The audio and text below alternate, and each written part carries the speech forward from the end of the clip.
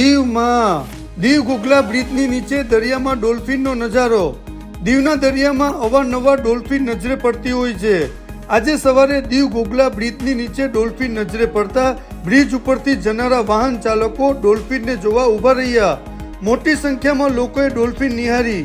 દીવના બેંકના કર્મચારી જુનેદ લાખાવાલાએ પોતાના કેમેરામાં ડોલ્ફિનને કેદ કરી। આ ડોલ્ફિન જ્યારે ઝુંડમાં પોતાની મસ્તીમાં હતી ત્યારે બ્રિજ ઉપરથી મોટી સંખ્યામાં લોકો ડોલ્ફિન નિહાળતા હતા।